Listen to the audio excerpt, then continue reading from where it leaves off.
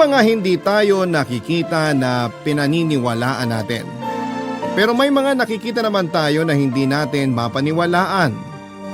May kakilala tayo na kahit alam natin na nagsisinungaling ay pinaniniwalaan natin at may mga hindi tayo kilala na kahit harapan ng nakikitang totoo ang sinasabi ay pinagdududahan pa din natin. Ikaw kabarangay, gaano ka kadaling maniwala sa mga bagay na sinasabi sa iyo ng taong hindi mo kilala? Dear Papa Dudut, ako po si Pedro pero mas kilala ako sa tawag na Lolo Pete. Kaya yon din ang itawag mo sa akin. Ako ay 76 na taong gulang na. Medyo nanginginig na ang kamay ko kaya ang pinasulat ko ay ang aking pamangkin habang kinekwento ko sa kanya ang aking kwento. Sa edad kong ito ay kamakailan lang halos nangyari ang lahat ng ito. Noong mga unang buwan ng taong ito, Papa Dudut.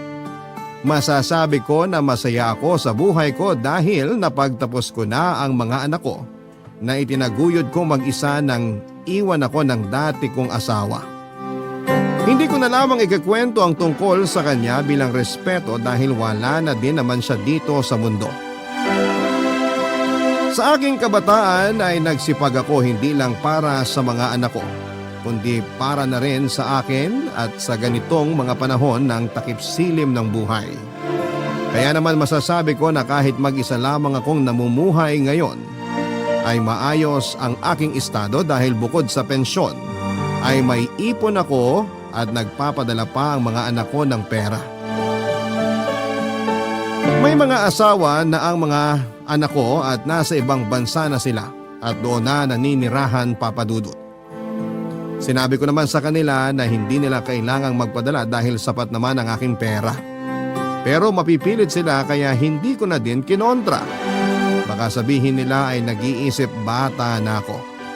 Alam mo yon, matigas ang ulo. Biro lang. Kinukuha naman ako ng mga anak ko dahil nasa iba't ibang bansa silang tatlo. Ay ayokong magdesisyon kung kanino ako sa kanila sasama para patas. Ayoko namang maging parang basketball na pagpapasapasahan nila. At higit sa lahat ay ayoko din na makaabala sa kanila dahil pamilyado na sila.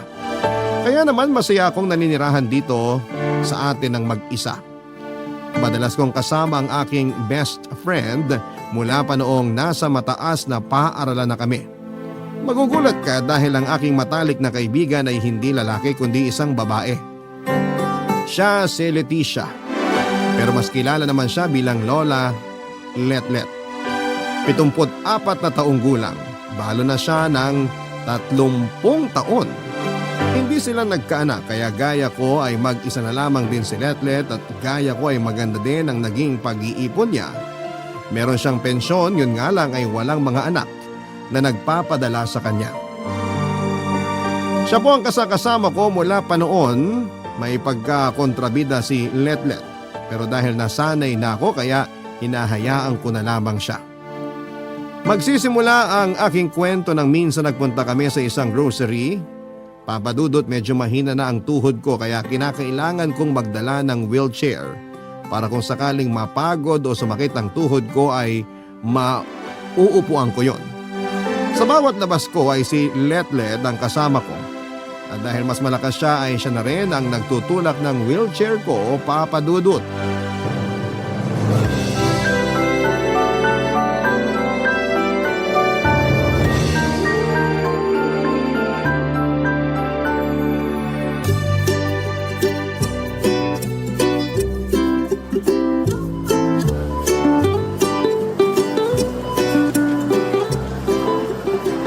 Abutin mo nga yung gatas. Bakit ako? Ikaw ang nakatayo eh. Ay, alam mo naman na 5 pulgada lang ang taas ko. Paano ko maaabot yan? Kahit tuntungan pa kita sa wheelchair mo, hindi ko pa rin maaabot yan. Bakit kasi yung nasa itaas ang aabutin mo? Ayan sa harap mo, may mga nakalagay naman dyan. Yung turo mo kasi nasa itaas. Sana ito nang tinuro mo. Ayan ka na naman, si Katwiran. Porke napahiya ka. Ako pa napahiya. Eh, sinong napahiya sa atin? Alam mo, halika na. Marami pa tayong bibilhin. Abutin mo muna yung gatas. Ayan na.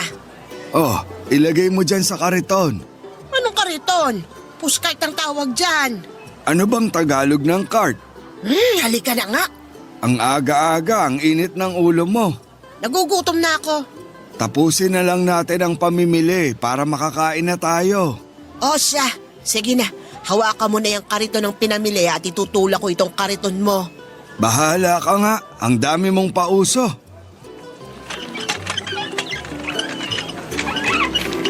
Ay, ano ba? Ay, patawad. Patawad? Ang laki ng lugar tapos babanggain mo ko. Hindi ko kasi napansin eh. Ano ba kasi ang nakasakay ka sa wheelchair tapos may tinutulak ang pushcart? Ano yan, tren-trenan? Hindi, Tsubibo. Ang talas naman ng dila mo. Bakit, nahiwa ka? Hindi, gusto kong hampasin ng sangkalan. Let. Ano? Anong pangalan yan? Let, bakit? Let? Ano ka, elementary? Ano bang pakialam mo sa pangalan ko? Bakit ikaw? Anong pangalan mo? Bakit ko sasabihin? Ay! Takot sabihin, palibasa, mabantot siguro. Let, tama na yan. Hoy, bruha! Hindi mabantot ang pangalan ko. O ano nga, bakit hindi mo masabi? Fonza. Bakit? Fonza? Ano yon? Babaeng punso? Let, tumigil ka na nga. Magandang araw, Fonza. Ako si Pete. Pete? Ano ka naman, high school? Baka Pet at hindi Pete ang pangalan mo. Tutal mukha ka ng alagain. Pete ang pangalan niya. Bakit ka ba nakikialam? Kung Pete pa lang pangalan niya, dapat ang pangalan mo Feet. Mukha kang paa. Ha! Mas mukha kang kilikili ng taong hindi naligo ng 4 na buwan. Sira ulong matanda to ah. Oy, mukha matanda ka naman. Bakit ikaw ba teenager? Ang init-init. Naka-overall na kurduroy. Anong overall na kurduroy? Hindi ako naka-overall at lalong hindi ako naka-kurduroy. Ay, oo nga, sorry ha. Balat mo pala yan. Abat, Ano? Let, tama na. Pasensya ka na, Fonza ha. Gutom lang si Let. mukha nga. Anong ibig mong sabihin? Ay di isipin mo. Wisit kang mas matanda ka ha? Let, tara na. Mauna ka na doon. Itulak mo na yung kariton at ako na ang bahala sa wheelchair ko. Sumabay ka na sa akin at huwag kang magpaiwan dyan. Baka isama ka pa niyan sa daigdig niya. Mauna ka na. Pasensya ka na kay Let ha. Mabait naman yun. Mali lang ang gising. Pagsabihan mo yon ha. Mabuti pa lumayo na lang kayo sa akin para hindi masira ang araw ko. Sandali, maaari ko bang makuha ang numero ng telepono mo? Kung ayaw mo naman, kunin ko na lang ang FB account mo. Hoy, ang tanda mo na nagagaganyan ka pa? Magsama kayo ng asawa mo. Baka alis na nga. Sandali, hindi ko asawa si Let. Fonza! Kahit malakas pa ang boses ko ay parang hindi na ako nadinig ni Fonza. Gusto ko siyang habulin pero ang hirap humabol ng naka-wheelchair. Kahit may edad na si Fonza, alam mong maganda siya noong kabataan niya. Pero hindi yun ang nakatawag pansin sa akin kundi ang personality niya. Hanggang makauwi kami ay hindi tumigil ang bibig ni Let. Galit na galit siya kay Fonza. Tumahimik lamang siya noong kumakain na kami kasi may laman ang bibig niya. Pero matapos noon ay tuloy-tuloy ang paglabas ng inis at galit niya kay Fonza. Ako naman, papadudot, kahit nadidinig ko ay hindi ko naiintindihan ang mga sinasabi niya dahil lumilipad ang aking utak kay Fonza. May mga tanong ang utak ko kung makikita ko pa ba siya? Kung oo, malapit na ba kaming muling magkita? Hindi siya maalis sa isip ko. Huli kong naramdaman ang ganitong pakiramdam noong makilala ko si Martina, ang aking asawa. Yun nga lang, iniwan niya ako pero hindi ko sila kinukumpara kundi ang sitwasyon ko lang sa ngayon.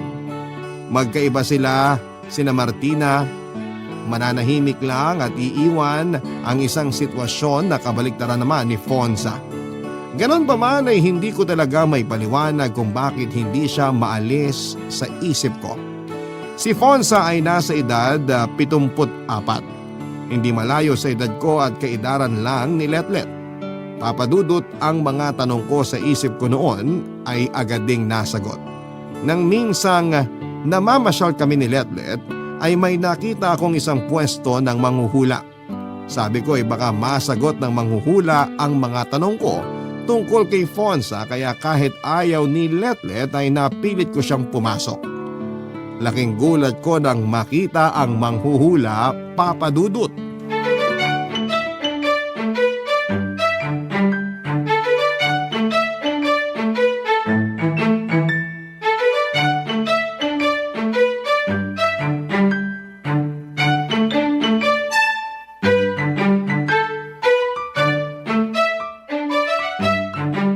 Halika na. Sandali lang naman tayo. Oh, ayan, walang tao. Sandali lang, lalabas na. Oh, kita mo, may tao. Bakit ba kasi kailangan mo magpahula? May gusto lang akong malaman. Kung may gusto kang malaman, hanapin mo sa libro, hindi sa manghuhula. Alam mo, samahan mo na lang ako. Wala namang mawawala. Anong wala? Mawawala ang pera mo.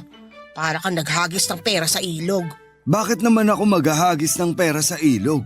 Bahala ka nga, namimiloso po ka na naman. May kukunin lang ako sa kotse, sandali lang. Oo, dito lang ako. Fonza, Madam Fonza, ikaw ang manghuhula? paano mo nahulaan? Manghuhula ka rin? Hindi. Biro lang. Ano bang maipaglilingkod ko sa'yo? Ha? Anong ha? Sabi ko ano bang tanong mo? Nanghuhula ka? Yan lang ba ang tanong mo? Ang sagot ay oo. Nanghuhula ako dahil ako si Madam Fonza, isang manghuhula. Ang liit talaga ng mundo. Pero sana malaki ang tip mo. Ha? Oo naman. Pwes huhulaan na kita. Sige. Tingnan ko ang palad mo. Pete, ano, tapos ka na ba? Ay, nandiyan na pala yung manghuhula. Teka, kilala kita. Ikaw yung bruha sa grocery. Letlet. Paumanhin, hindi kita kilala. At wala akong balak na makilala ka. Nakikita ko na hindi masaya ang kabataan mo. Ano? Bruha ka talaga? Bruha.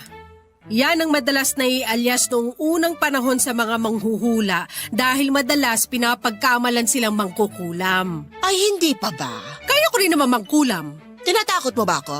Nay, kung magpapahula kayo, hintay muna ha kasi may nauna. Anong nay? Mahiya ka nga, mas mukha kang lola sa akin. Tama na nga yan, Letlet. Nagpapahula ako, oh. Bago kita hulaan, kailangan ko munang maitaboy ang mga masamang elemento. Sige. Ale, pwedeng labas muna kayo. Huhulaan ko lang si Sir. Ano? Anong sinasabi mo? Masamang elemento ako? Wala akong sinabing ganyan. Anong wala? Sabi mo kay Pete, kailangan mo munang itaboy ang masamang elemento, tapos pinalalabas mo ako. Para lang naman sa privacy ni Sir. Ay, sinungaling ka. Madam Fonza, hayaan mo na si Letlet dyan. Wala naman akong tinatago dyan. Loyal ka pala sa misis mo. Ay, hindi ko siya misis. Ibig sabihin tama nga ako, nanay mo siya. Mangkukulam ka? Hindi niya ako nanay. Magkaibigan kami. Ah, alalay! Best friend. Letlet, ano ba? Gusto mo ba dyan na dyan ka o hintayin mo na lang ako sa labas? Dito lang ako. Mahirap na, baka kung ano-anong sabihin yan. Sige na, Madam Fonza. Pwede mo nang simulan. Nababasa ko sa palad mo na maaari kang mapahamak. May mga matagal ka ng kakilala na maaaring sirain ka. Sino yan? Hindi nakasulat sa palad mo pero close siya sa'yo. Ay, siraulo ka pala eh. Ako lang naman ang malapit sa kanya ngayon eh. Ang ibig sabihin ni Madam Fonza, matagal ko nang kakilala. Ako pa rin yun eh. Te, guilty ka ba? Buisit. Ituloy mo na yan para makauwi na kami. Natapos ang araw na yon ng masaya ako, Papa Dudut. Pero si Letlet naman ang kabaligtaran. Sinabi ko na babalik ako kinabukasan para magpahula ulit. Sabi ni Letlet na huwag daw akong maging tanga dahil niloloko lamang ako ni Fonza. Pinilit ko siyang sumama pabalik pero ayaw na niya kaya sinabi ko na ako na lamang mag-isa ang babalik kay Fonza. Sa kanya sinabi na bahala daw ako sa buhay ko. Pero kinabukasan noong paalis na ako ay darating si Letlet at bihis. Tinanong ko kung saan pupunta at sasamahan daw niya ako. Natawa ako kasi akala ko ay ayaw niyang sumama. Kesyo hindi niya daw matiis na malaman na niloloko ako. Kung nandun daw siya ay makokontra niya ang mga maling gagawin at sasabihin ni Fonza. Nang dumating kami ay sinalubong na naman kami ng matamis ng ngiti ni Fonza. Hindi siya naapektuhan kay Letlet kahit may sinabi itong hindi maganda tungkol sa kanya. Iba si Fonza, kontrolado niya ang emosyon niya. Nakakagulat Papa Dudut at hindi ko pa sinasabi ang pakay ko ay alam na niya.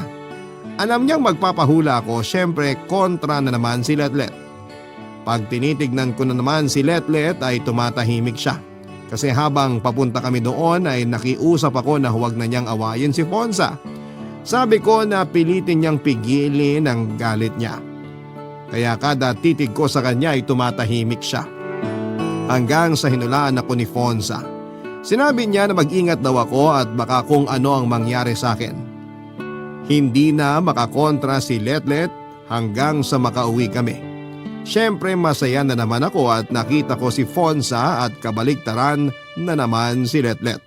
Pagka-uwi ay sinabihan ko si Letlet na huwag munang umalis at baka kung ano nga ang mangyari. Sinabi pa niya na napaka-utu-utu ko daw at naniniwala ako sa pangi-scam ni Fonza. Kaya naman nanahimik na lamang ako kasi hahaba na naman kung mangangatwiran pa ako. Noong pauwi na si Letlet ay bigla akong nakaramdam ng pagsikip ng dibdib. Nahirapan akong huminga Papa Dudut. Mabuti at nandun pa si Letlet at natawag niya ulit. Natawag niya ang aking driver at tinakbo nila ako sa ospital, Papa Dudut. Barangay Love Stories. Barangay Love Stories. Buong magdamag ay nasa ospital ako. Hindi rin naman umalis si Letlet dahil wala namang ibang magbabantay sa akin. Nahihiya ako sa kanya kasi hindi na niya responsibilidad na magbantay pa sa akin sa ospital. Pero ginawa niya. Ayun, noong palabas na kami ng ospital, ang dami na namang nasabi ni Letlet. Kesyo kung ano-ano daw kasi ang kinakain ko. Kesyo wala daw akong pakialam sa kalusugan ko. Kesyo alam ko na daw na mahina ang puso ko kung ano-ano pa ang mga ginagawa ko. Natabunan na naman ako ng sermon pero hindi ko na lamang pinansin. Total ay binabantayan naman niya ako. Nang makauwi ay niyaya ko si Letlet na bumalik kay Fonza sa susunod na araw. Mas malaki pa ata sa higante ang reaksyon ni Letlet. Bakit daw kailangan ko na namang magpaloko? Saka ko pinaalala sa kanya na kundi dahil sa hula ni Madam Fonza ay malamang ay mag-isa lamang ako sa bahay at walang kasama nang mangyari ang pagsikip ng dibdib ko. Noong payapa na si Letlet ay saka ko sinabi na magpapasalamat lamang ako kay Fonza. Sinabi ni Letlet na mahina pa daw ako at kailangan ng pahinga kaya wag munang umalis. Pero mapilit ako kaya wala din siyang nagawa dahil ayaw niya naman akong pabayaan ay sumama pa din siya, Papa Dudut.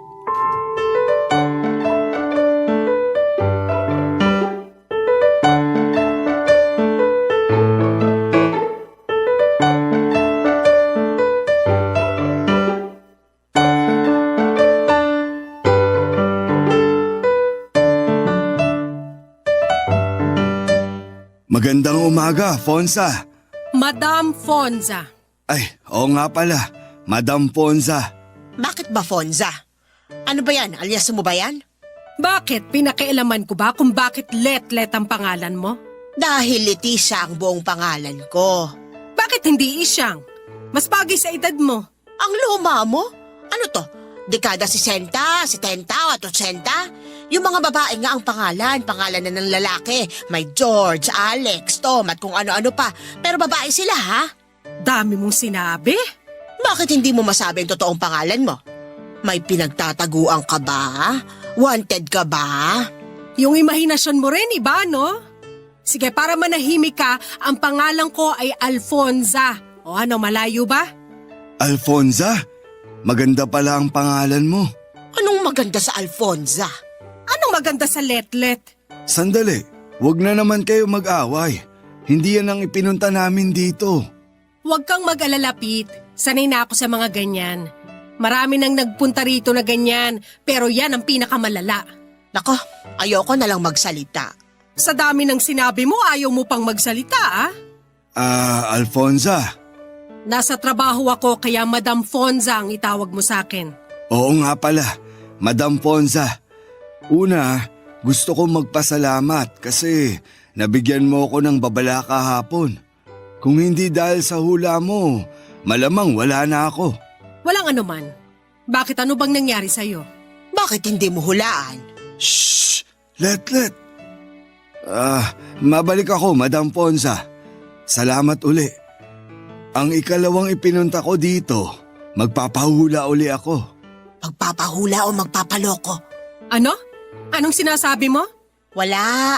Sabi ko pakibilisan nang makaalis na kami at gumanda na ang paligid. Huwag mo na lang siyang pansinin. Ano bang hula mo sa akin ngayon? Nakikita ko sa palad mo na hindi maganda ang bukas mo. Ha? Bakit? May nakikita akong sakuna. Sako na. Naku naman, nagpapaniwala ka dyan. Hindi ko na itutuloy. Ituloy mo. Huwag mo na lang pansinin si Letlet. Nasira na yung daloy ng energy. Paanong mangyayari? Hindi ko na masasagot kasi naputol na eh. Anong gagawin ko? Mag-ingat ka na lang. Natural, mag-iingat kami. Ikaw wag ka na mag-ingat. Bakit? Kasi para gumaan ang loob ko sa'yo, sasabihin mo na walang masamang mangyayari sa akin. Hindi, kasi ikaw na mismo ang masamang pangyayari. Ang lakas mo talagang mameste. Ano pa ang gagawin ko?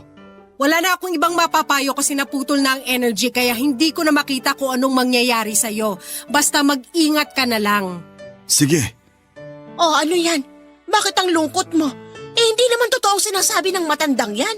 Sige, kontrahin mo pa kaya lalong lumalala ang pwedeng mangyari eh. Letlet, tara na nga.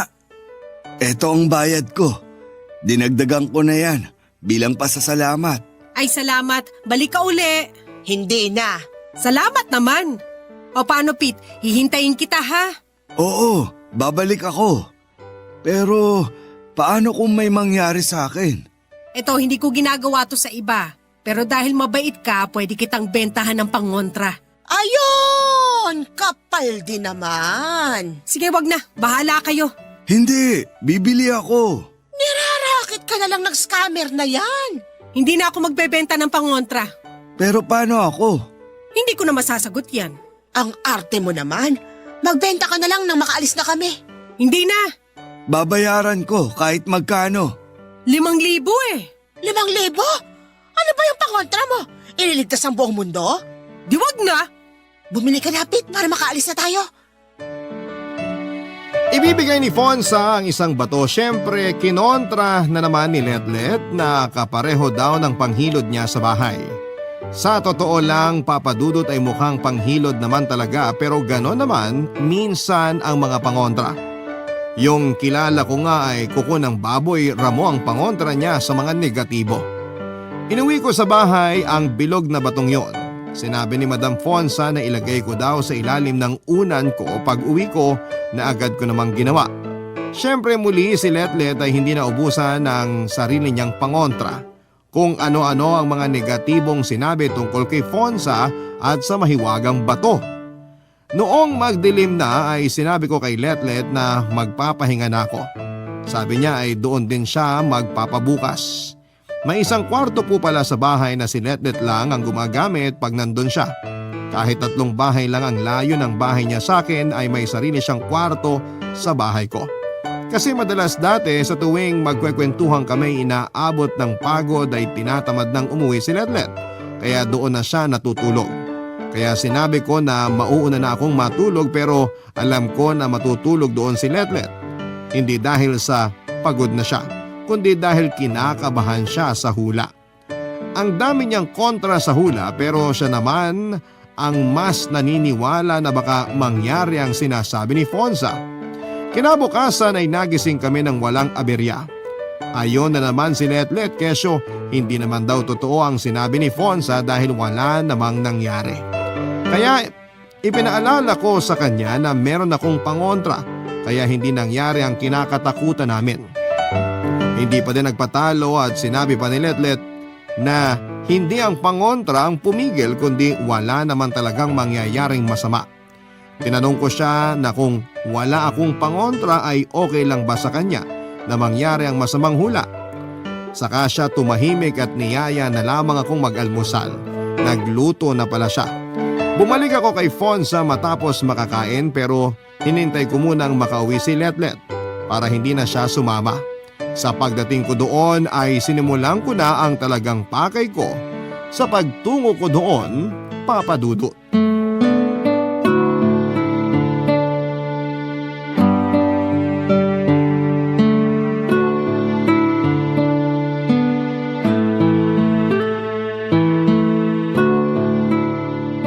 Good morning, Madam Fonza. Magandang umaga naman. Pero parang pakiramdam ko papangit. Ha? Bakit? Kasi papasok ang kontrabida mong kaibigan. Hindi ko siya kasama. Ayun, kaya pala parang lumiwanag ang paligid. Lumiwanag? Ay sorry, hindi mo pala nakikita kasi wala kang third eye. Third eye? Nakakakita ka din ng multo? Hindi ah. Yung third eye ko para sa aura lang ng tao. Ah, okay. Simulan na natin ang hulaan? Pwedeng mamaya na. Bakit? May gusto sana akong sabihin eh. Tungkol saan? Naku, huwag ka mag-alala. Hindi naman ako napipikon dun sa kaibigan mo. Sabi ko nga, sanay na ako sa mga ganon. Hindi tungkol kay Letlet. Eh tungkol saan? Tungkol sa'yo. Ha? May nagawa ba ako? Meron. Ha? Pasensya ka na, totoo naman ang hula ko. Namana ko to sa lola ko. Hindi ko maintindihan. Ano bang nagawa ko? Na-hypnotismo mo ako. Ano? Alam mo, magsimula na tayo. Akin ang kamay mo. Hindi. Akin na ang kamay mo. Bakit? Ano to, manghuhula ka na rin? Hindi. Basta. Akin na ang kamay mo. Alam mo, parang hindi ko na nagugustuhan yung kinikilos mo, ha? Wala akong gagawing masama. Bakit kailangan mong hingi ng kamay ko? Basta, magtiwala ka lang. Ayan. Ano to? Sing-sing. Alam ko, Singsing. Bakit mo inilagay sa daliri ko? Kasi para sa'yo yan. Bakit? Dediretsoy na kita. Kaya ako laging nandito. Hindi dahil sa hula. Kundi dahil mahal kita. Ano ba yan? Kilabutan ka nga sa edad nating ito. Bakit? Sa pag-ibig, walang bata, walang matanda. Pasensya ka na ha. Wala na sa isip ko ang mga bagay na yan. Ganun ba? Akin na uli ang kamay mo. Ay bakit? Babawiin mo ang Singsing? Teka lang, pwede ko namang pag-isipan. Oo, pag-iisipan ko tapos mag-usap na lang uli tayo. Hindi ko naman kukunin yung singsing. Makikipagkamay sana ako. Pero dahil sinabi mo na may pag-asa ako, ay sige, kaya ko pang maghintay. Sana humaba pa ang paghinga ko. Nakikita ko na medyo hindi na katagalan ng buhay mo. Pero yung kaibigan mo mahaba pa ang buhay nun. Masamang damo eh. Biro lang. Ano doon ang biro lang? Yung malapit na akong mamatay o yung masamang damo si Letlet? Siyempre yung tungkol sa buhay mo. Matagal ka pa sa mundo. Pero totoong ba sa mga ugali ng kaibigan mo?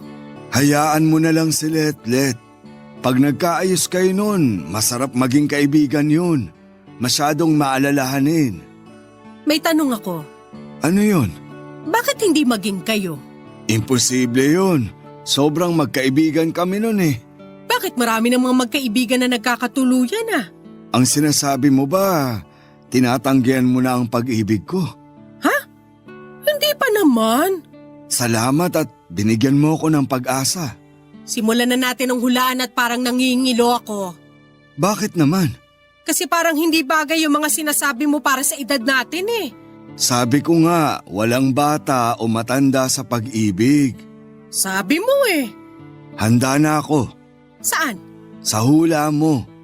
Ah, sige. Eto na ang palad ko. Hindi, barahang gagamitin ko ngayon.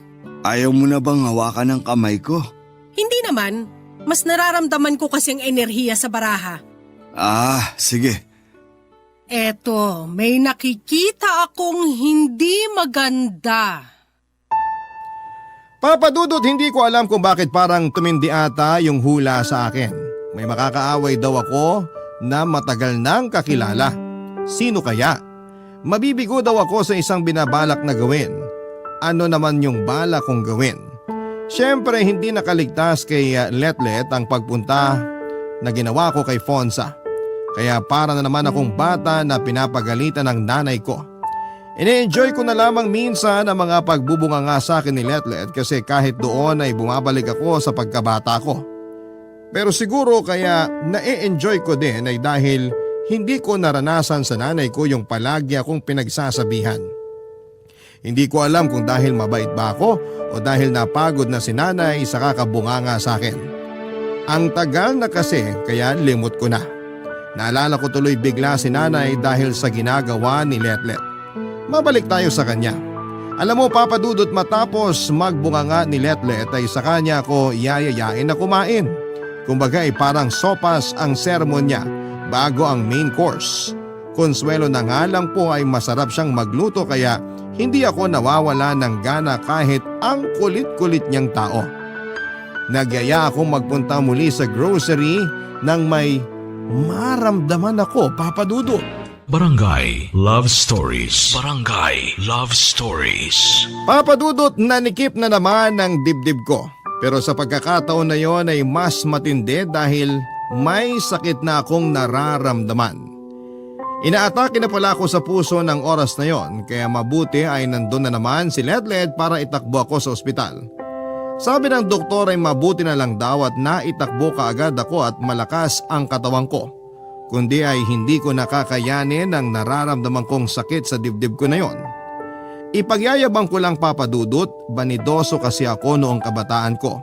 Mahilig akong mag-exercise at mga masusustansyang pagkain lang ang kinakain ko.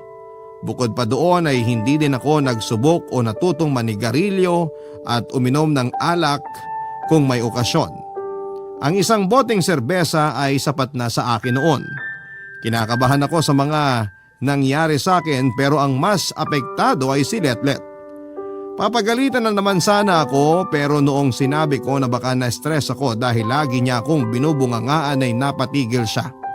Nagtanong na lamang kung anong gusto kong kainin kaya sobrang napakahalaga sa akin ng pagkakaibigan namin ni Letlet kasi kahit na nag-aaway kami ay hindi siya lumalayo. Magagalit siya pero hanggang tampo lang. Hindi siya umaabot sa galit yung gaya ng ayaw niya akong makita o makausap. Minsan nga galit yon, hindi talaga ako tinitignan buong araw pero ang nakakatawa ay nakikipag-usap siya na may pagtataray pero sumasagot pag kinakausap mo. Yun nga lang ay hindi talaga siya tumitingin. Ayon kinabukasan ay nanakit ang kanyang lieg dahil sa stiff neck daw. Pero sa sobrang concern ni Letlet sa akin ay minsan ay umaabot na siya sa sobra.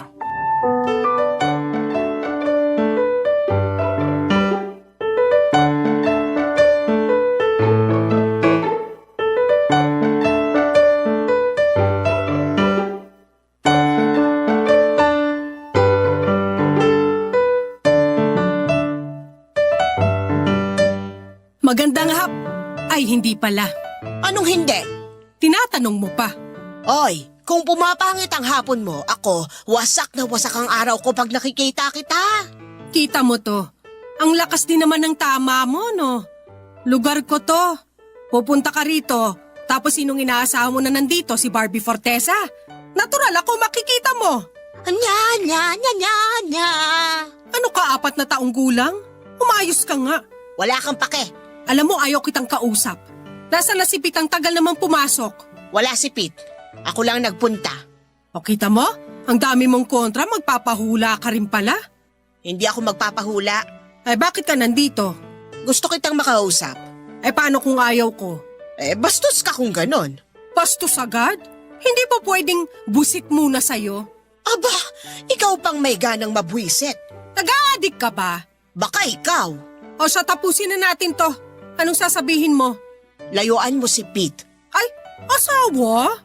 Huwag kang piloso pa, Fonza. Iba din ang linyahan mo eh. Tumigil ka na. Ano bang problema mo? Alam ko na inaakit mo lang si Pete para makakuha ng pera niya. Wow naman, judge ka ba? Masyado kang judgmental ah. Kunyari ka pa, totoo naman 'di ba? Kung yan ang pinaniniwalaan mo, ikaw ang bahala. Tapos, hindi ka ba nahihiya ng loloko ka? Hindi lang si Pete, kundi pati ang iba pang mga nagpapahula sa'yo. Wala akong niloloko. Sinasabi ko lang ang nakikita ko. Pwes, sinasabi ko din ngayon ang nakikita ko. Nakakakita ako ng manloloko. Scammer! Magdahan-dahan ka ng pananalita mo ah. Masakit ba? Hindi ako nasasaktan dahil walang totoo sa sinabi mo. Siguro ginamitan mo ng itim na mahika si Pete kaya balik ng balik dito, no? Itim na mahi ka agad? Hindi ba pwedeng ganda ko ang binabalikan niya? Kapal mo. Ano ba kasing problema mo? Ikaw, O wag kang pumunta rito para hindi ka namumroblema. yung pagpunta-punta ni Pete dito ang problema ko. O problema mo naman pala, bakit hindi mo lutasin mag-isa? Lubayan mo na siya. Itong pwesto ko nakatayo dito sa lugar na to. Anong gusto mo, ilipat ko tong buong bahay, mapagbigyan ka lang? Oo, Luka-luka, hindi ko gagawin yon. Sino ka, MMDA? aminin mo na, niloloko mo lang ang mga nagpapahula sa'yo. Kung manloloko ko, dapat noon pa hindi na nagbabalikan pa yung mga nagpapahula sa akin. Kasi nga kinukulam mo. Ikaw kaya kulamin ko? Subukan mo. Teka, nasan ba yung karayom ko? Hayop kasi sigaw ako. Anong ginagawa ko sa'yo? Kukulamin mo ako. Hinahanap mo na nga yung karayom mo. Lakas talaga ng tama mo. May tatahiin ako kaya ako hinahanap yung karayom. Sinungaling ka talaga. Ikaw ang kulit mo. Pwede ba umalis ka na, baka may dumating na magpapahula? Layuan mo na si Pete, ha? Ikaw ang magsabi sa kanya. Sabihin mo huwag na siyang pupunta rito. Siraan mo na ako para lang mapapayag mo siyang huwag pumunta rito. Talaga? O ayos na tayo? Oo, diyan ka na. Sandali! Bakit? Anong gagawin mo? Tumahimik ka nga.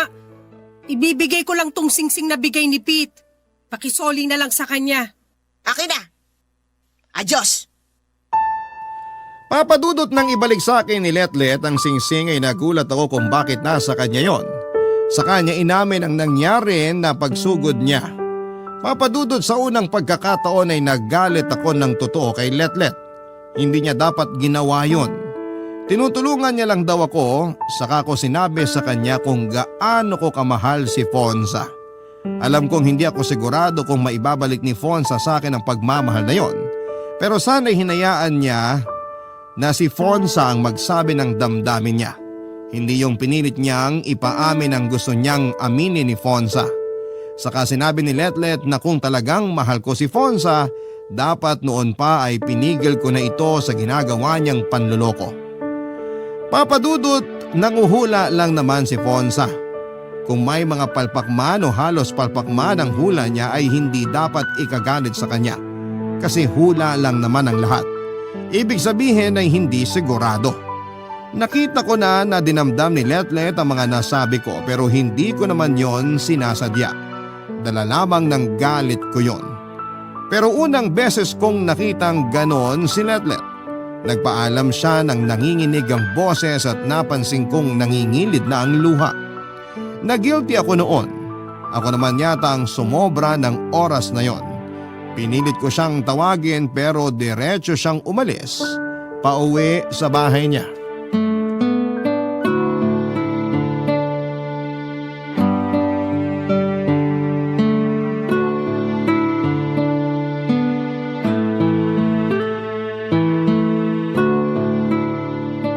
Sorry, sarado na. Fonza, Ay, Pete! Ikaw pala! Anong ginagawa mo rito? Sarado na ako, bukas ka na lang bumalik. kakausapin lang sana kita. Tungkol saan? Sigurado namang alam mo na. Hindi ko mahulaan kasi hapon na sarado na ang kapangyarihan ko. Fonza, hihingi sana ako ng pasensya. Saan naman? Fonza, huwag ka nang magmaang-maangan. Nagpunta si Letlet dito kaninang umaga. Ay nako, kailangan pa bang pag-usapan yan? Humihingi ako ng paumanhin.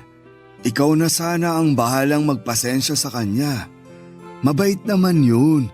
Minsan nga lang sumusobra. Hindi naman malaking bagay sa akin ang pagpunta ni Letlet dito. Salamat. Alam kong mabait si Letlet. Paano mo nalaman? Nung unang punta niya pa lang dito, nakita ko ng aura niya.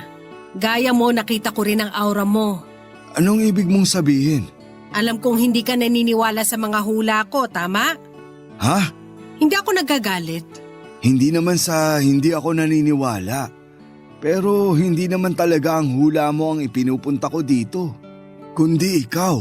Ganun na rin yon. Pag hindi mo pinapansin ang hula ko, ibig sabihin hindi ka naniniwala. Siguro nga.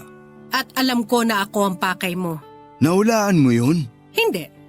Hindi naman ako manhid para hindi maramdaman yung halatang halata na pagkilos mo. Yun nga lang, pag pupunta ka, pinanghihinaan ka ng loob. Tama? Oo. Sabi ko sa'yo, magaling ako manghula eh. Ngayong ayos na ang ipinunta mo tungkol kay Letlet. Meron ka pa bang kailangan? Oo. Sige, ano pa yon? Gusto ko sanang ibalik sa'yo tong singsing. Para sa'yo talaga yan. Isinuli ko na nga, ibabalik mo pa. Pero binigay ko na to. Hindi dapat kinuha sa'yo ni Letlet. Yan ba ang sinabi niya sa'yo? Na kinuha niya sa akin yung singsing? Oo, pasensya ka na. Hindi niya kinuha sa akin yan. Ibinalik ko talaga. Ha? Bakit? Dahil peke, Ano? biro lang. Masyado ka kasing seryoso. Alalahanin mo masama sa'yo ang masyadong ma-stress. Alam mo din yan? Sabihin na nating tsamba lang. Pero bakit mo ibinabalik tong singsing? Dahil sinabi ng konsensya ko na hindi nararapat sa akin ang singsing na yan. May mas nakahihigit na dapat magmay-ari ng singsing na yan. Anong ibig mong sabihin? Sino? Yan ang hindi ko alam. Yun lang ang sinabi sa akin ng konsensya ko. Pero… Walang pero. Ayan, hinulaan na kita. Libreng hula yon, ha? Sarado na! Oh, Letlet! Tuloy! Pasensya na, hindi ko alam na mag-uusap pala kayo. Babalik na lang ako sa ibang araw. Tapos na kami mag-usap. Halika na. Letlet, bakit ka narito? Hindi kita sinundan, ha? Hindi ko talaga alam na nandito ka. Gusto ko lang makausap si Fonza. Anong may paglilingkod ko? Pumunta lang ako para humingi ng paumanhin sa inasal ko kaninang umaga. Pagpasensyahan mo na ako.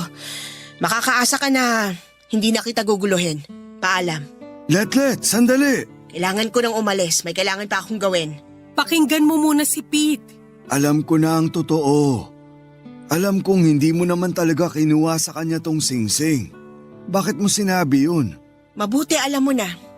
Kaya hihingi na din ako ng pasensya sa'yo. Hindi, Letlet. Ako ang hihingi ng pasensya.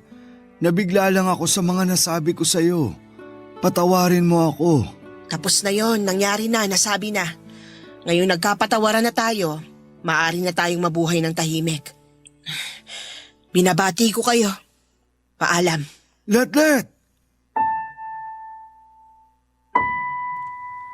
Papadudot masama talaga ang loob ni Letlet. Kahit napatawad niya ako ay hindi pa din siya naging tulad ng dati. Hindi na siya nagpupunta sa bahay, hindi na siya nagluluto o nagdadala sa bahay ng niluto niya. Doon pumasok lahat sa utak ko ang hula ni Fonza tungkol sa may makakaaway daw ako na matagal ko nang kakilala. Si Letlet pala yon, Papadudot. Walang detalye pero gusto kong maiayos muli ang mga maling nangyari. At tungkol naman sa isang bagay na mabibigo daw ako na binabala kong gawin. Naisip ko din ay yon ay ang balak na panliligaw kay Fonza.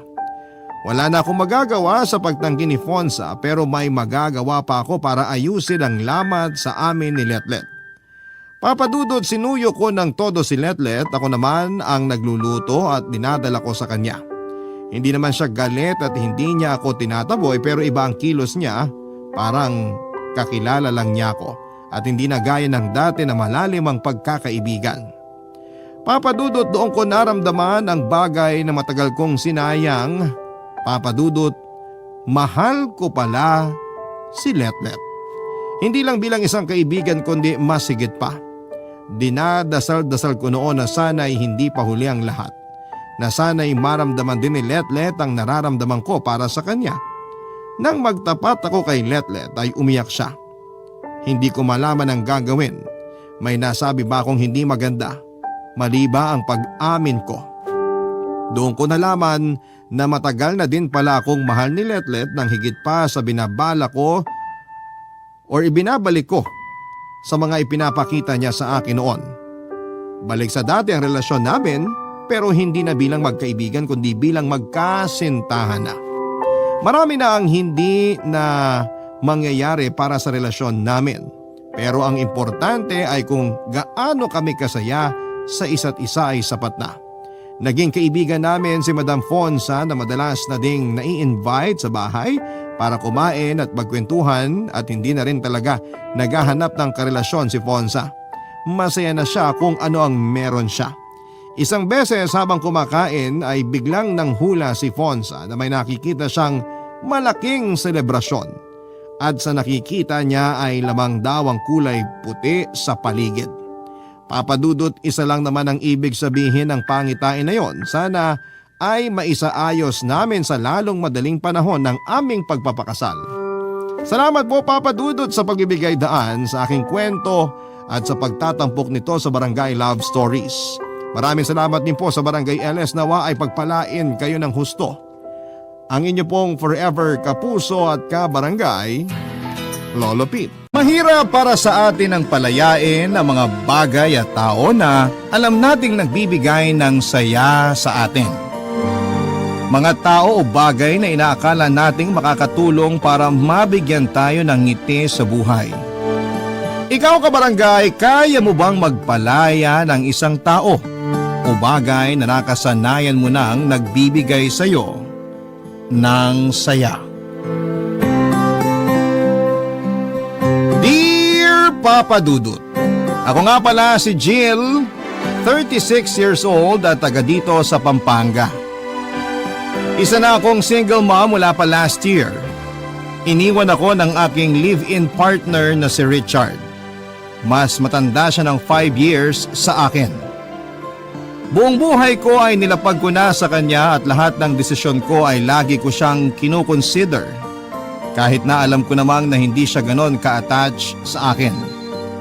Mas minahal ko siya kesa sa sarili ko, Papa Dudut. At ang masakit pa doon ay ibinigay ko sa kanya ang lahat kaya nasaktan ako ng labis dahil hindi nasuklian ang pagmamahal na ibinigay ko sa kanya. Basta masaya siya, masaya na rin ako. Iyon ang naging mantra ko sa aming relasyon at sa buhay ko mismo, Papa Dudut. Lalo na noong nagkaroon kami ng anak. Hindi niya yon nagustuhan noong una dahil sinabi niyang hindi siya ready na maging isang ama. Nasaktan ako pero pinilit ko na lamang nakalimutan ang sinabi niya. Inisip ko na baka nga nabigla lang siya dahil akala niya ay safe kaming pareho. Pinagpills kasi niya ako dahil hindi pa talaga siya ready na magkaroon ng anak. Kaya lang ay gusto ko na talagang magkaroon kami ng pamilya. Kaya hindi ako nagpills ng halos 1 buwan. Hindi naman niya ito nalaman at sinubukan ko namang ipaliwanag na hindi naman 100% effective ang pag-inom ng pills. Naniwala naman siya. Naging masaya naman ang pagsasama namin noong nagkaroon kami ng anak. Nakita ko namang masaya siya at mahal niya ang anak namin. Kaya lang ay hindi ko masyadong ramdam na pumapantay sa akin ang pagmamahal niya. Doon ako nalungkot pero pinilit ko na lamang na itago. Nagstay naman kasi siya sa akin so inisip ko na lamang na mahal din niya ako. Mas mahal ko nga lang siya. At Papa Dudut, napatunayan ko ang totoo na mas mahal ko siya dahil isang araw, pinili niyang iwan ako. Isang araw ay pinakitaan niya ako ng lakas ng loob para sabihin sa akin ang katotohanan na hindi na niya ako mahal. Pinatunayan niya sa akin ang mga kutob ko na hindi ganon kalalim ang pagmamahal niya para sa akin. Hindi ko kaagad yon na proseso, Papa Dudut. Nasaktan ako sa pagiging honest niya at minsan ay hiniling ko na sana'y nagsinungaling na lamang siya sa akin, Papa Dudut.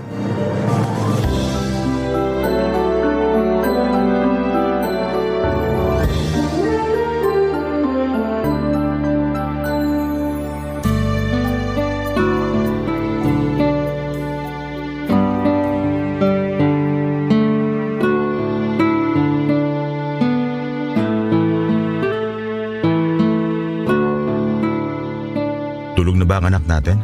Oo, kakatulog lang. Kanina ka pa niya hinihintay. Sorry, may kinailangan lang kasi akong gawin. Hindi mo man lang sinagot yung tawag ko? Nakailang tawag kami ng anak mo kanina kasi gusto ko raw niyang makita at makausap man lang bago matulog. Sorry, Puro sorry na lang. Kailan ka ba babawi sa amin ng anak mo? hindi naman ako nagkulang sa anak natin. Pero sa akin, May kailangan tayong pag-usapan.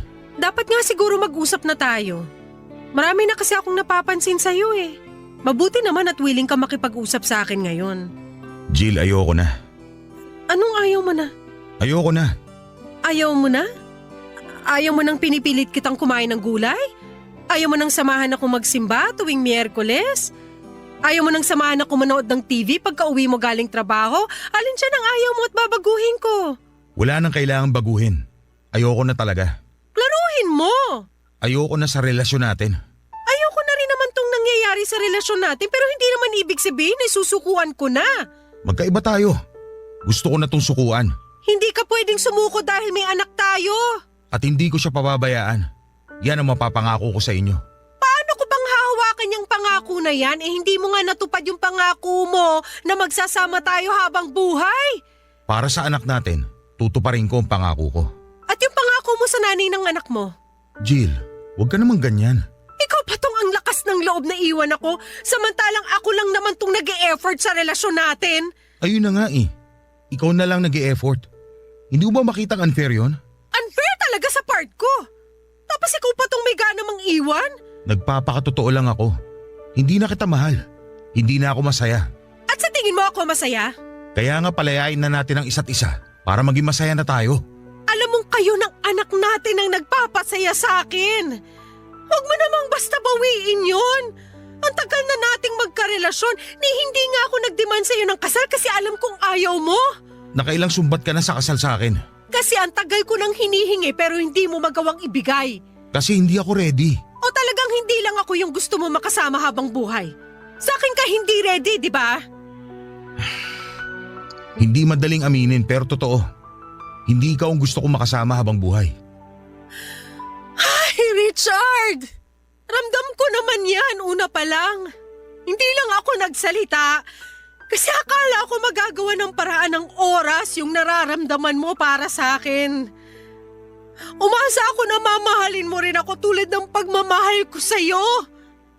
Ni minsan di mo sinubukang pumantay sa nararamdaman ko. Napakatamad mong magmahal. Yun na nga ang problema. Lagi mo hinihiling na pantayan kong pagmamahal mo sa akin. Isa hindi ko nga magawa. O ayaw mo lang gawin talaga. Siguro nga, oo. Tatanggapin mo na lang?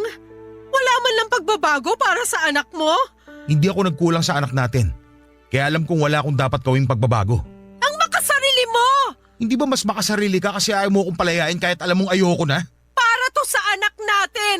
Bakit ba mas ramdam kong ginagawa mo to para sa sarili mo? Hindi ako nakasagot dahil alam kong yon ang katotohanan. Totoo ang sinabi ni Richard na kaya ko siyang gustong magstay ay para sa akin at hindi para sa anak namin. May parte sa puso ko na ginagawa ko ang pagmamakaawa kay Richard para sa anak namin. Pero mas malaking parte noon ay ginagawa ko para sa sarili ko. Buong gabi ay nakiusap ako kay Richard na huwag na akong iwanan. Nilatag ko ang iba pang mga kadahilanan para magstay siya pero lahat ng yon ay tinabla niya. Desperada na ako para hindi siya umalis sa buhay ko, Papa Dudut. Nagwala ako, sinaktan ko siya ng pisikal at nagpaulit-ulit ang pagmamakaawa ko sa kanya. Alam kong napalala noon ang kagustuhan niyang umalis na. Pero hindi ko napigilan ang sarili kong ipakita ang totoong emosyon ko. Ang tagal kong tinago lahat ng sakit tapos sa huli ay iiwanan niya lamang ako.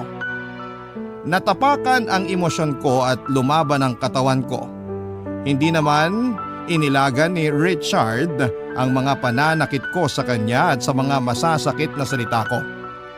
Inubos ko talaga ang lahat ng nasa puso ko baka sakaling makatulong sa pag-move on ko. Kung hindi lang nagising ang anak namin, hindi sana ako titigil sa pananakit kay Richard. Kinuha namang pagkakataon yon ni Richard para umalis na. Wala siyang kinuhang mga damit. Pagbalik ko sa sala, hindi ko na siya nadatnan doon at nanlumo ako. Hindi pa ako tapos magmakaawa at hindi pa ako tapos sabihin lahat ng sama ng loob ko sa kanya. Wala tuloy akong nagawa kundi ang umiyak na lamang mag-isa. Hindi nalaman ng anak namin ang nangyari at hindi ko rin alam kung paano noon ipapaliwanag sa anak namin na iniwan na kami ng ama niya. Naiwan ako mag-isa sa pangangalaga ng anak namin, Papa Dudut. Kahit tinupad naman ni Richard ang pangako niyang sustento sa aming mag-ina, ay hindi pa rin yon naging sapat at gusto ko pa rin ang buong pamilya, Papa Dudut. At pinangako ko sa sarili kong hindi ako titigil hanggat hindi ko napababalik sa buhay ko si Richard. Desidido akong bumawi siya sa kahit na anong paraan. Nakayanan kong tiisin ang kakarampot na pagmamahal niya dati. Alam kong makakayanan ko pa rin yon sa mga susunod, Papa Dudut.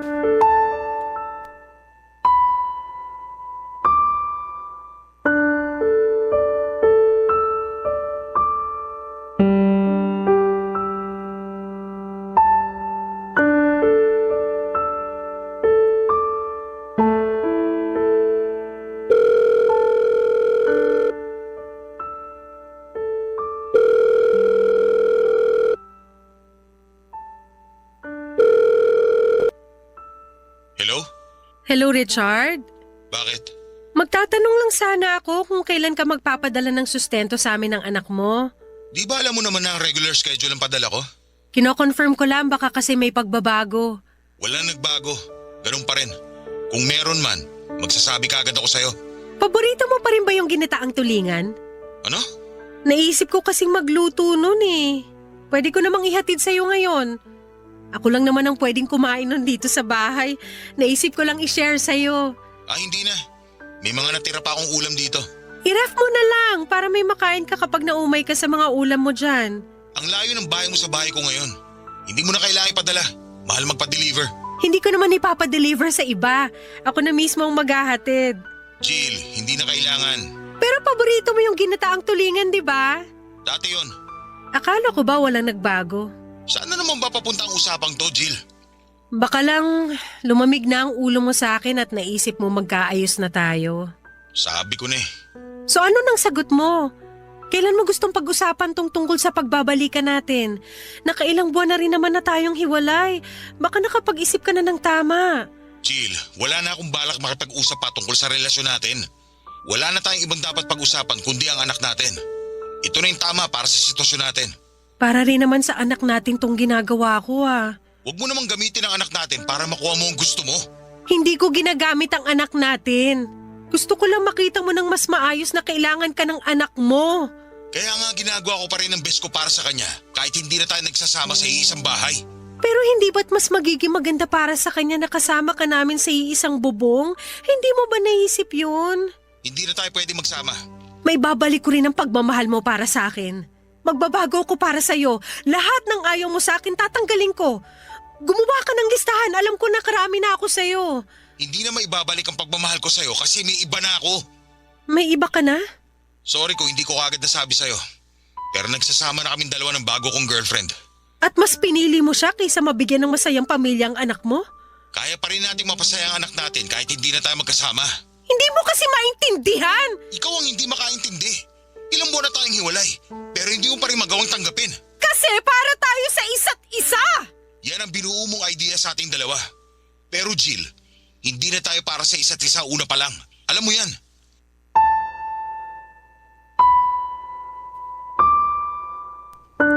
Lagi na lamang kay Richard ang huling salita, Papa Dudut. Hindi na naman ako nanalo dahil alam kong tama naman siya. Alam kong hindi kami para sa isa't isa pero pinipilit ko dahil siya na yung buhay ko. Mali nga na gawing mong mundo ang isang tao pero sa ganitong paraan ako naging masaya. Kaya nung umalis si Richard ay nawala na ako ng dahilan para magpatuloy pa. Kahit mismong anak namin ay hindi na ibigay ang saya na dulot sa akin ni Richard. Nakaka-guilty ang ganong pakiramdam pero totoo akong tao at alam kong ito ang totoong nararamdaman ko. Papadudot, after kong nalaman na may iba na ang karelasyon si Richard ay nadurog ako. Hindi ko naalaga ang maayos ang anak ko at kinailangan ko muna siyang ipaalaga sa magulang ko para maproseso ko ang nangyari sa amin ni Richard.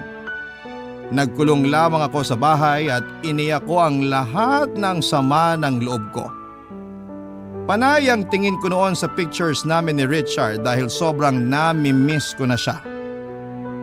Binalikan ko ang lahat ng conversation namin noong nagsisimula pa lamang ang relasyon namin.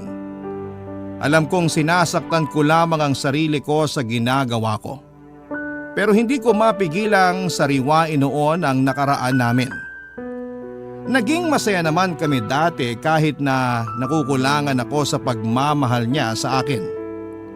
Kung nakontento na lamang sana ako dati at hindi na lang laging nagrereklamo sa kanya sa sama ng loob ko dahil hindi ko masyadong maramdaman ang pagmamahal niya, sana'y hindi kami nagkahiwalay.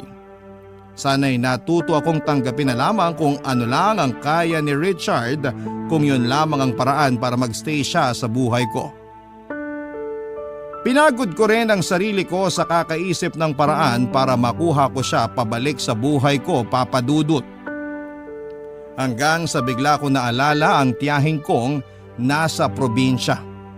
Napangiti ako dahil nakaisip na ako ng magandang plano at kailangan ko ang tiyahin ko para maisakatuparan yon. Papadudot, alam ko na ang gagawin ko at sigurado na ako noon na makukuha ko pabalik si Richard.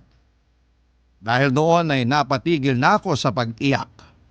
Dahil doon ay gumaan na ang pakiramdam ko dahil mababawi ko na kung sino ang para sa akin.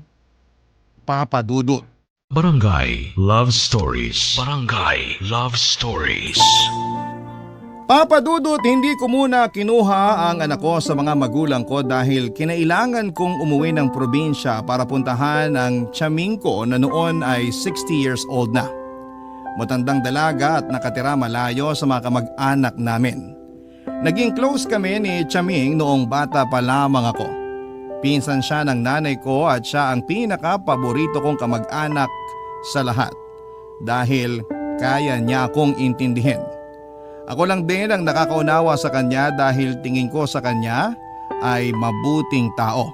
Samantalang ang tingin sa kanya ng iba naming kamag-anak ay weirdo at may sapak sa utak. Hindi ko nakita yon sa kanya. Nakita kong matalino siya at mayaman ang espiritualidad niya. Kaya mas lalo akong napalapit sa kanya dahil gusto kong malaman ang mga bagay na hindi pa alam ng karamihan. Kaya lang ay kinailangan niyang umalis sa barangay namin dahil hinuhusgahan na siya ng mga kakilala namin base sa ginagawa niyang kabuhayan. May sabi-sabi kasi sa barangay namin na isang mangkukulam ang tiyaming ko. Kahit mga kamag-anak ko mismo ay pinapaniwalaan yon. Bata pa lamang ako noon pero alam kong may katotohanan ng sinasabi nila.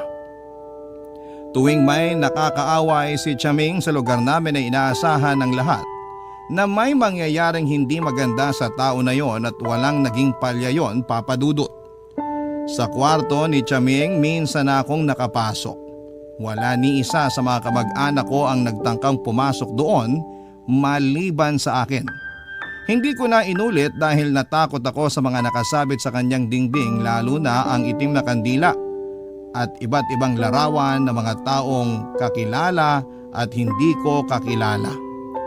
Hindi ko naman yon pinaalam sa kanya o sa kahit na sino dahil gusto kong protektahan ang tiyahin ko dahil naging maayos naman siya sa akin. Kaya ang laking lungkot ko noong napilitan siyang lumayo para hindi na rin madamay kaming pamilya niya. Tumira siya sa isang liblib na lugar kung saan ay hindi ganong kadaling makapunta pero nagawa ko. Dahil gusto ko nang magkabalikan kami ni Richard at alam kong si Tiyaming lang ang tunay na makakatulong sa akin. Siya ang magiging tulay ko para magawa ko yon.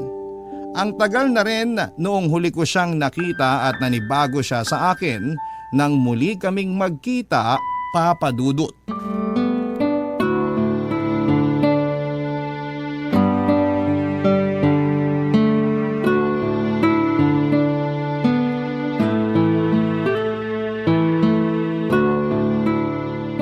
Oh, Jill, hindi kita halos nakilala ah.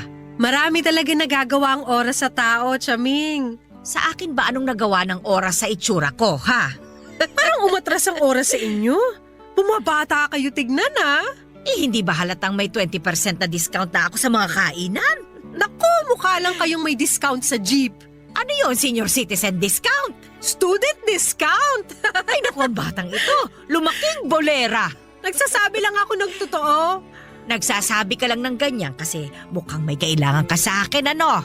Paano nyo alam? Iba talaga ang powers mo. Hindi na kailangan ng espesyal na kapangyarihan para malaman kung may kailangan sa akin ng isang tao. Una, binola mo ako. Pangalawa, dinayo mo ako. Hala? Una, nagsasabi lang ako ng totoo. Pangalawa, naalala ko lang kayo kaya bigla ko kayong dinalaw. Matanda na ako pero hindi ako uto-uto. Halos 2 dekada kang hindi nagparamdam sa akin ah. Tapos bigla kang susulpot. Sabihin mo na lang ang totoo. Hindi naman sasama ang loob ko eh. May kailangan nga po ako. Uy, ano ba yun? Magpapatulong lang sana ako. Kung uutang ka, wala akong may bibigay sa'yo ha? Hindi pa nga ako binabayaran ng mga nagpagamot sa akin eh. Hindi po ako uutang pero may gusto rin ako ipagawa sa inyo. Handa ako magbayad. Eh ano ba yun? May nangkulam ba sa'yo? May nagkagustong kapre o tikbalang? Nausog ka ba ng matandang dalaga? Gusto ko lang bawiin ang asawa ko.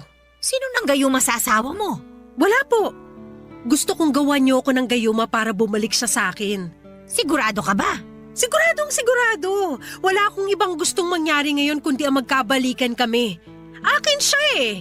Akin! Nasasaktan ka lang ngayon at hindi pa sanay na hiwalay na kayo. Pero balang araw, magiging ayos ka rin. Makakahanap ka rin ng iba. Makakalimutan mo rin siya. Hindi, Chaming. Gusto ko sa akin lang siya. Akin lang si Richard. Walang ibang dapat makinabang sa kanya kundi ako lang at anak namin. May anak na kami. Di ba dapat sa amin lang siya at hindi sa ibang babae? Ay, may anak na pala kayo. Oy, kaya naman pala. Matutulungan niyo ba ako? Para sa apo ko sa'yo, abay gagawin ko. Eh, epekto kaya? Magkakahiwalay sila ng bagong karelasyon niya? Kung hindi ka maniniwala, hindi epekto yun. Pero paano kung Magkakahiwalay silang dalawa. Maniwala ka sa akin. mamahalin din kaya niya ako ng sobra? Tulad ng pagmamahal ko sa kanya?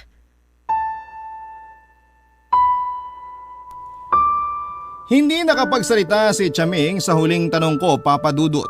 Kahit siya ay hindi naging sigurado sa pwedeng mangyari.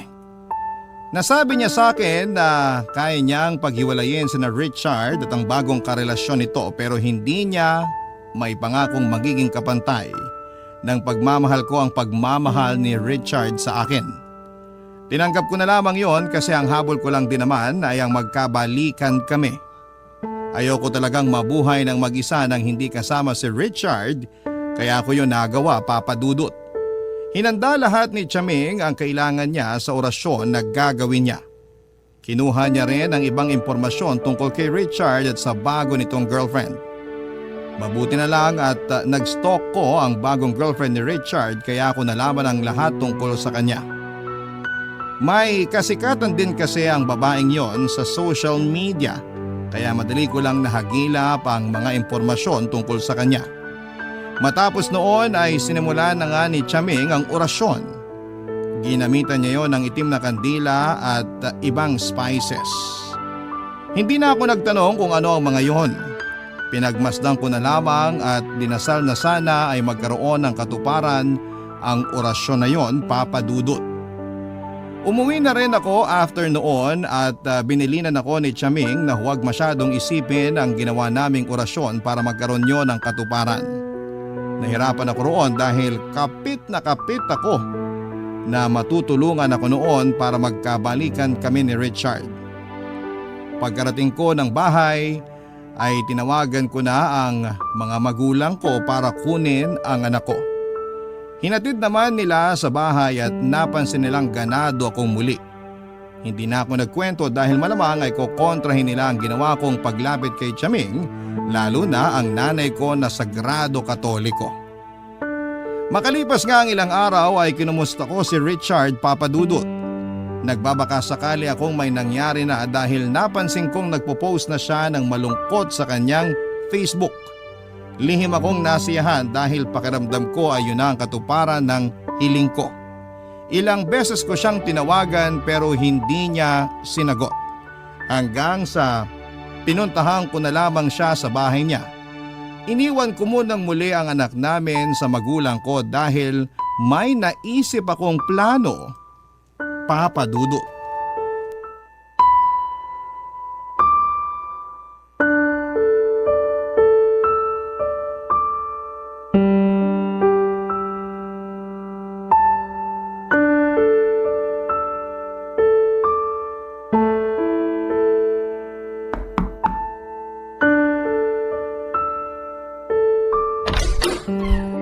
Oh Jill, anong ginagawa mo rito? Kanina pa ako tumatawag sa'yo, hindi mo man lang sinagot. Pwede mo naman kasi i-text na lang kung ano man yung kailangan mo. Magre-reply naman kagad ako pag di na ako busy. Alam mo namang hirap ako mag-text, di ba? Ano ba kasi yun? Hinahanap ka kasi ng anak natin. Namimiss ka, gusto ko raw makita. Tatawag ako mamaya sa kanya. Wag muna ngayon, please. Bakit? Ano ba nangyayari sa'yo? Wala. Napansin ko panay ang post mo ng malulungkot sa Facebook ah. Wala yun. May problema kayo ng girlfriend mo? Hindi ko alam. Ah, may problema nga kayo. Okay lang ba kung umalis ka na muna? Kailangan ko lang mapag-isa. Dapat nga may kasama ka ngayon para mabigyan ka ng tamang advice. Lalabas naman kami ni Arthur mamaya para mag-inuman. Ayos na ako ron. Iba pa rin kapag may kausap ka ngayon lalo't babae ako. Alam ko ang takbo ng utak ng mga babae. Bakit? Hindi ka ba busy? Andito ba ako ngayon kung busy ako? Eh yung anak natin, nasan? Nasa magulang ko. Pinabantayan ko muna kasi medyo nag-aalala rin ako sa'yo eh. Liga, pasok ka. Salamat. Upo na rin ako ah. Pili ka lang ng gusto mong maupuan dyan. Kukuha lang ako ng kape. Ay, okay na. Mag-usap na lang tayo ngayon. Maupo ka na rin. Halika, tabihan mo ako. Paano ba to? Anong paano ba to? Paano mo ako matutulungan sa girlfriend ko? Nagtalo na lang kami bigla dahil sa sinaing. Inaway niya ako. Inaway ko rin siya. Dahil lang sa sinaing? Alam ko ang babaw. Pero hindi ko maintindihan yung sarili ko kung bakit ako sumabog ng ganun. Asan siya ngayon? Umuwi muna siya sa magulang niya. Hiwalay na kayo? Nakipag-cool off siya sa akin. Pero makikipag-ayos ako. Alam mo kung ako sa'yo, wag na. Yan ang ibibigay mong advice sa akin? Kasi naman kung sa maliit na bagay lang ganyan na kayo magtalo. Paano pa kaya kapag malalaking pagsubok na? Tama ka naman. Kaya lang. Gusto mo ba dalhin ko muna rito ang anak natin para malibang ka? Pwede naman. Kaya lang, lalabas kami ni Arthur mamaya eh. Pwede namang dito lang din ako para pag umalis ka, may magbabantay sa anak natin. Tapos uuwi na lang kami kinabukasan. Ayos lang ba? Parang hindi magandang idea yan. Ay nako, naka-move on na ako sa'yo no. Walang halong mali siya tong pagstay ko rito kung yan ang iniisip mo. Gusto ko lang makatulong. Tsaka pag malungkot ka, maapektuhan yung pakikitungo mo sa anak natin. Bilang nanay, ayoko namang mangyari yun. So ginagawa mo lang to para sa anak natin? Oo naman. Sabi ko nga sa'yo, naka-move on na ako sa'yo.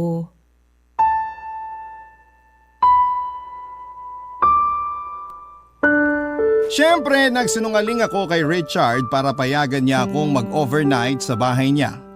Kailangan ko rin kasing makibalita at natuwa talaga ako sa nangyari. Kinuha ko ang anak namin at saka dinala sa bahay ni Richard. Natuwa kong makita silang masayang magkasamang mag-ama. Parang nabuo ulit kaming pamilya. Hindi na rin natuloy na umalis si Richard kasama ang kaibigan niyang si Arthur. Nag-decide na lamang siya na manood kaming pamilya ng pelikula sa bagong TV niya.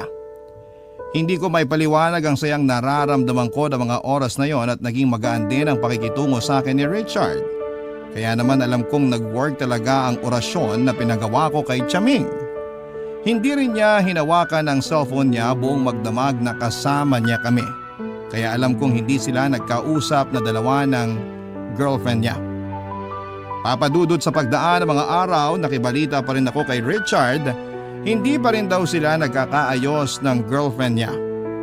Ramdam kong balisa si Richard at ayon kay Chaming, parte raw yon ng ginawa niyang orasyon. Hindi rin nag-attempt na lumapit si Richard sa girlfriend niya at hindi raw niya maintindihan kung bakit. Dati naman daw ay si Richard ang nagpapakumbaba sa tuwing may maliit silang away. Pero noong pagkakataong yon ay nagbago na ang lahat. Hindi na raw naramdaman ni Richard na kailangan niyang lumapit sa girlfriend niya.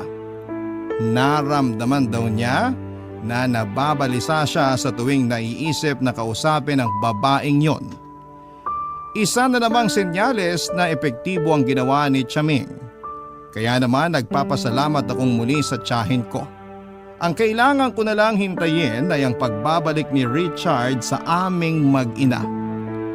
Hindi ko pa ramdam na nagbalik na ang pagmamahal niya sa akin, pero sabi nga ni Chaming, kailangan ko lang magtiwala sa hiwaga ng gayuma. Barangay Love Stories. Barangay Love Stories. Masaya ako na nadagdagan na rin ang atensyon ni Richard hindi lang sa anak ko kundi maging sa akin din.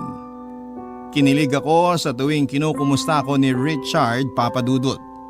Lagi na rin niyang hinihiram ang anak namin at dumadami na ang oras niya sa aming mag-ina. Kaya naman nagpapasalamat talaga ako na lumapit ako kay Chaming. Wala pa rin akong nabalitaan kung nagkakausap pa rin ba sina Richard at ang girlfriend niya. Kailangan ko na lang silang mapaghiwalay ng totoo para matapos na ang kalbaryo ko at makapasok na akong muli sa eksena. Alam ko namang alanganin pa rin si Richard sa gagawin noon sa relasyon nila. Ramdam ko pa rin naman noon na may pagmamahal pa rin siya sa babaeng yon. Ang maganda lang sa nangyayari noon, di gumagawa ng paraan si Richard para magkaayos sila ng girlfriend niya. Pasensya na ha kung hindi ko magawang banggitin ang pangalan ng girlfriend ni Richard dahil kapag naririnig ko yon ay nababalisa din ako. Sinabi ni Chaming na normal lang daw yon sa mga nagpagawa ng orasyon.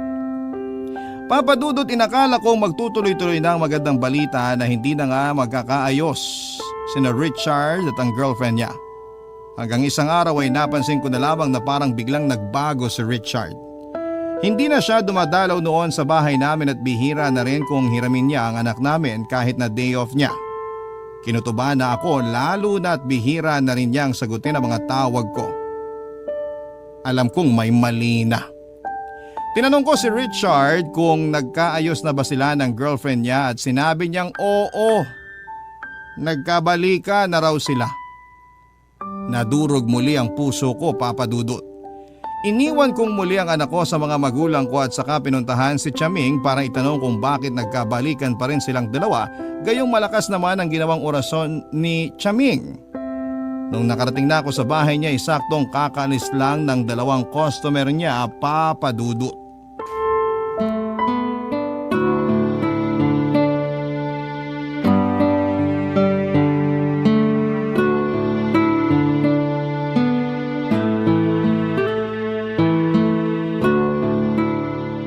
Customer mo ba yung mga umalis, Chaming? Ay oo! Yung isa nagpagawa ng orasyon para lumakas ang negosyo niya. Yung isa naman nagpahula. Nanguhula ka na rin pala? Ay hindi pa ganun kapulido. Kaya nga ang hingi ko lang, madalas donasyon lang. Papahula pa naman sana ako. Ay saka na kapag magaling na ako talaga. Tsaka nanghihina pa ako ngayon eh. Hala, ayos lang po ba kayo? Dumagsa kasi ang mga customer mula pa kahapon. Bentang-benta pala kayo eh. I-recommenda ko nga kayo sa mga kakilala ko sa amin sa Pampanga. Ay sige nga para makadagdag sa pagpapagawa ko ng bahay. Maliit lang din kasi ang sinisingil ko sa mga customer ko. Akong bahala sa inyo, basta tulungan nyo rin ako kay Richard. O di ba hindi nga't natulungan na kita noon? Nagkahiwalay na sila ng nobya niya, hindi ba? Nagkahiwalay lang pansamantala pero ngayon nagkabalikan ulit sila.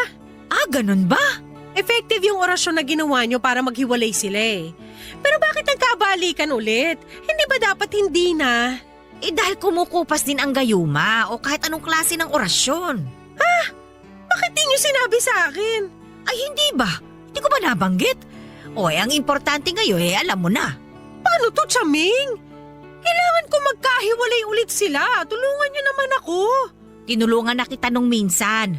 Nanghihina ako ngayon. Baka isara ko muna itong bahay ko para sa mga ganyan. Ako na magpapagawa ng bahay niyo. Paghiwalayin niyo lang sina Richard at yung girlfriend niya. Sigurado ka ba? Opo, basta maibabalik niyo sa akin si Richard. Akin siya eh, akin! Hindi mo naman kailangan ipagawa itong bahay. Pero ayos naman sa akin kung magbabayad ka bilang kailangan ko rin makabawi sa mga espiritong gabay ko na tumutulong sa akin sa proseso. Kahit magkano pa yan. Sige, gagawin ko sa Biyernes. Lalo't bilog ang buwan nun. Malakas ang epekto kapag sa araw na yung ginawa ang orasyon. Chaming, tuloy-tuloy lang ha. Tatawagan ko kayo kapag kumukupas na yung orasyon para magawa niyo ng paraan.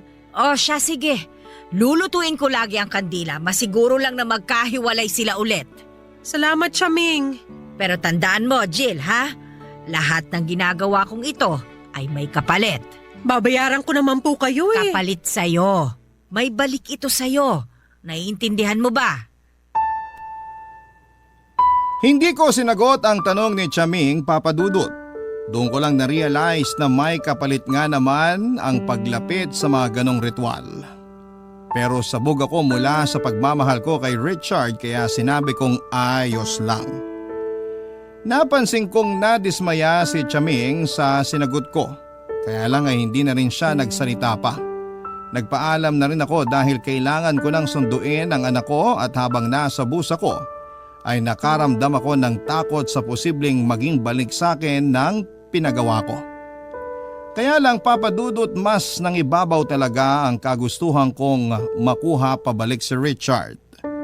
Natikman kong muli ang atensyon niya mula nung nagkahiwalay sila pansamantala ng girlfriend niya. Kaya lang mabilis din yung nawala dahil kumupas na pala ang orasyon na pinagawa ko.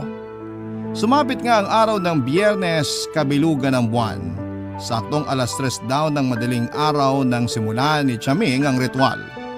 Excited na naman ako sa magiging pagbabago ng trato ni Richard sa aming mag-ina. Kaya lang ay hindi agad umepekto tulad ng dati. Ilang beses kong kinulit si Chaming pero sinabi niyang habaan ko ang pasensya dahil di e-epekto kapag nagmamadali ako o masyado akong atat. Sinubukan kong magpasensya at makalipas lang ang 2 linggo ay nagkahiwalay muli sina Richard at ang kanyang girlfriend. Naibalik muli sa aming mag-ina ang atensyon ni Richard. Natuwa na naman ako. Hiniling kong muli kay Chaming na lutuin pa ang kandila niya at sumunod naman siya. Napagastos ako dahil gusto kong masiguradong babalik si Richard sa akin. Nagtuloy-tuloy naman ang magandang balita para sa akin. Ramdam ko noon na wala na ngang balikang mangyayari sa pagitan ni na Richard at ng kanyang girlfriend. Binura na rin kasi ni Richard ang mga pictures nila ng girlfriend niya sa social media accounts nito. Lumaki tuloy ang pag-asa kong magkakabalikan kami lalo't malungkot si Richard. Inabot ng 5 buwan ang saya ko hanggang isang araw ay nabalitaan ko na lamang na ikakasal na silang dalawa. Gumuho ang mundo ko. Nagmadali akong pinuntahan si Chaming para itanong kung bakit ganon ang nangyari. Akala ko noon ay mapapasa akin ng muli si Richard, bakit biglang bumalik siya sa babaeng yon.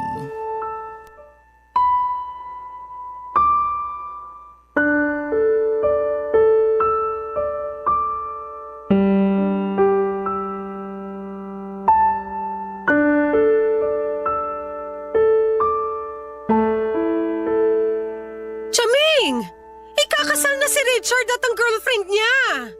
Ay, ganun talaga. Paano ganun talaga?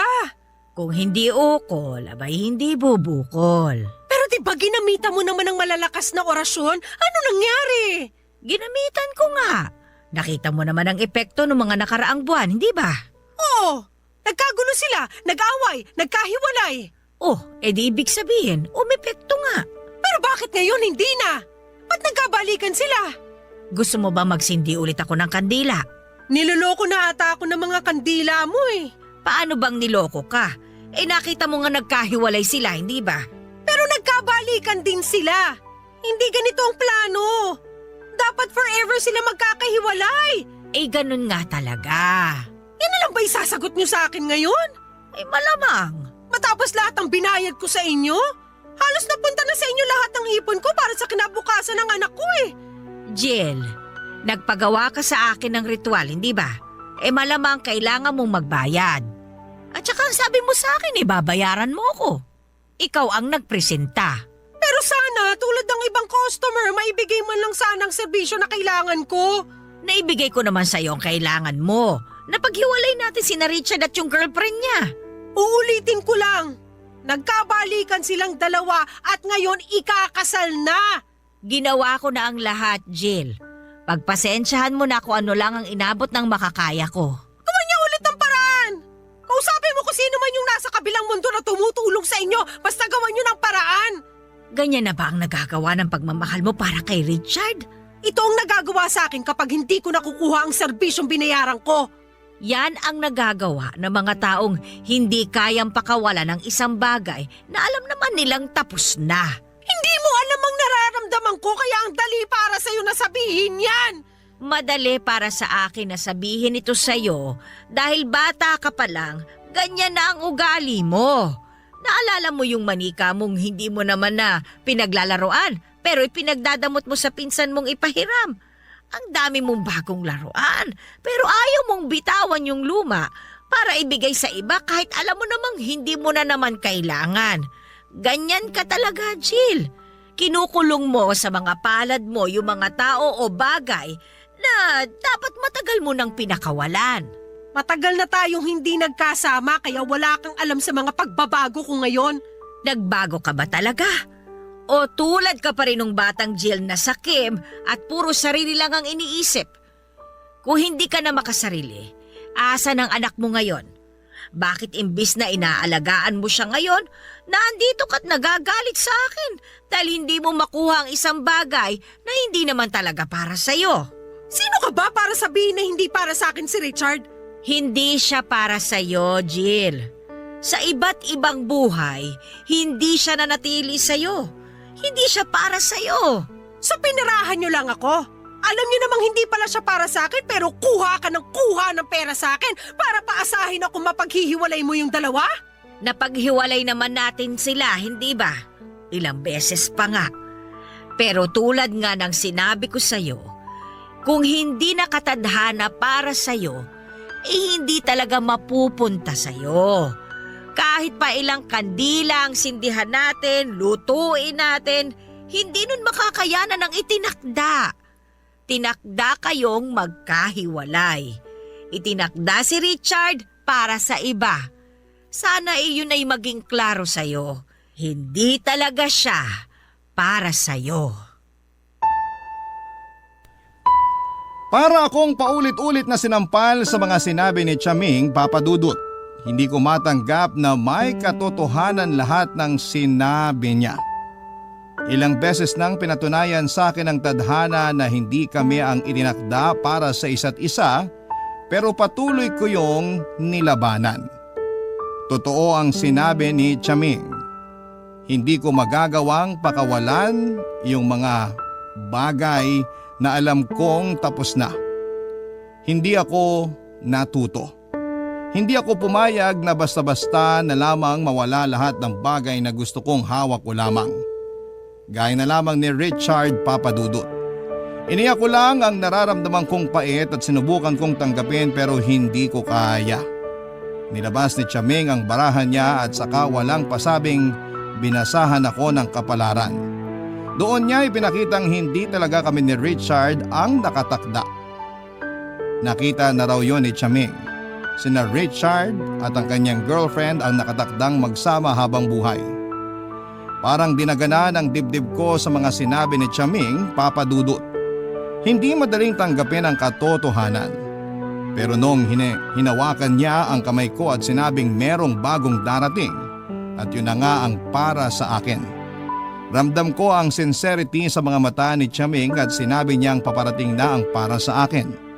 Kung magagawa ko lang bitawan ang hindi na para sa akin. Papa Dudut, hindi na ako umulit pa na magpagawa ng orasyon kay Chaming.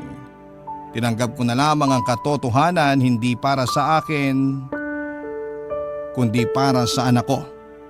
Minessage ko si Richard at sinabi kong kailangan ko munang malayo sa kanya para makapag-move on. Inamin kong may pagmamahal pa rin ako sa kanya at hindi madali na malamang ikakasal na siya sa iba. Kailangan ko lang ayusin ang sarili ko at intindihin ang anak ko. Naintindihan naman niya at humingi siya ng tawad sa lahat ng mga naging pagkukulang niya. Inayos namin ang para sa schedule ng anak namin at sinabi ko sa kanya na sa magulang ko na lang lumapit kung may kailangan siya sa anak namin. Hindi ko muna siya kayang makita o makausap man lang dahil baka kung ano pa ang magawa ko. Ikakasal na sila ngayong taon, Papa Dudut, at hindi pa rin ako makamove on sa kanya. Pero kinaya ko na ngayon. Bit-bit ko na lamang ang pag-asa na balang araw ay may darating din na para sa akin, na kapag hindi ko pa binitawan si Richard, itatago siya ng dakilang lumikha sa akin. Kaya ako bumitaw dahil alam kong may darating at yon ang mananatili para sa akin. Hanggang dito na lamang po ang aking liham, Papa Dudut. Maraming salamat po sa pangunawa at pagbabahagi ng aking kwento sa inyong mga masusugid na tagapakinig sa Barangay LS 97.1 Forever. Muli maraming salamat po. Ang inyong forever at kapusong kabarangay, Jill.